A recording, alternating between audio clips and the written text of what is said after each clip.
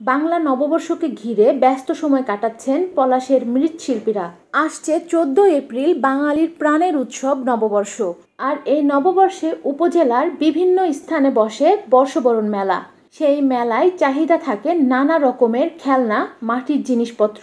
আর মেলাকে দৃষ্টিনন্দন করতে মৃৎশিল্পীরা নিজের হাতে নিপুণ কারুকাজে মাটি দিয়ে তৈরি করেন শিশুদের জন্য রকমারি পুতুল, ফুলদানি, রকমারি ফল, হাঁড়ি, ব্যাংক, বাসন, থালা, বাটি, হাতি, ঘোড়া, বাঘ, টিয়া, ময়না, ময়ূর, কলস, ঘটি, চুলা ও ফুলের টব সহ বিভিন্ন মাটির জিনিসপত্র। পয়লা বৈশাখ থেকে আমরা মনে করেন কাজ আরম্ভ, আমাদের রীতিমতন কাজ চলবে।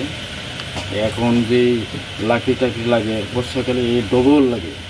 পলাশ উপজেলার ঘোড়াশালা পৌর এলাকার কুমারকেট, টেঙ্গরপাড়া, চরসিন্ধুর ইউনিয়নের দক্ষিণ দারা গ্রামের কুমারবাড়ি ও জিনারদি ইউনিয়নের বরাব গ্রামের মৃৎশিল্পের কাজে জড়িত রয়েছেন প্রায় 100টি পরিবার। তারা বিভিন্ন উৎসবে মাটির বিভিন্ন জিনিসপত্র তৈরি করে জীবিকা নির্বাহ করে থাকেন। বাংলা নববর্ষ বরণে জেলার বিভিন্ন স্থানের মেলায় অধিকাংশ মাটির সামগ্রী সরবরাহ করে থাকেন এসব মৃৎশিল্পীরা। তাই এখানে পুরুষ মৃৎশিল্পীর পাশাপাশি নারী মৃৎশিল্পীও সমান তালে কাজ করে যাচ্ছেন।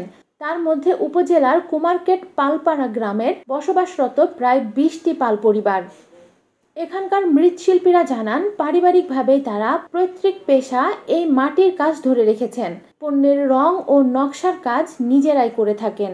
পয়লা বৈশাখে চলে যাওয়ার পরে যদি মাটির কাজ করতে পারি তাহলে চলতে পারে। বৈশাখকে সামনে মেলা টেলা করলে করতে পারে না, তারপরে চাকরি চলে না, চলতে অনেক কষ্ট হয়। বাপ দাদা এই কাজ করে গেছে, আমরাও এই বর্তমানে কাজ করতেছি।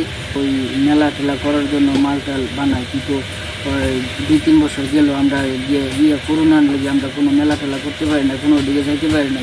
এই মানে বর্তমান যেই ক্ষয় খরচ এই কাজ করতে গিয়া মানে আমরা কুলাইতে পারতেছি না। যদি আমগরে কিছু সহায়তা করে তাহলে মনে হয় আমরা এই কাজটা ধরে রাখতে পারবো।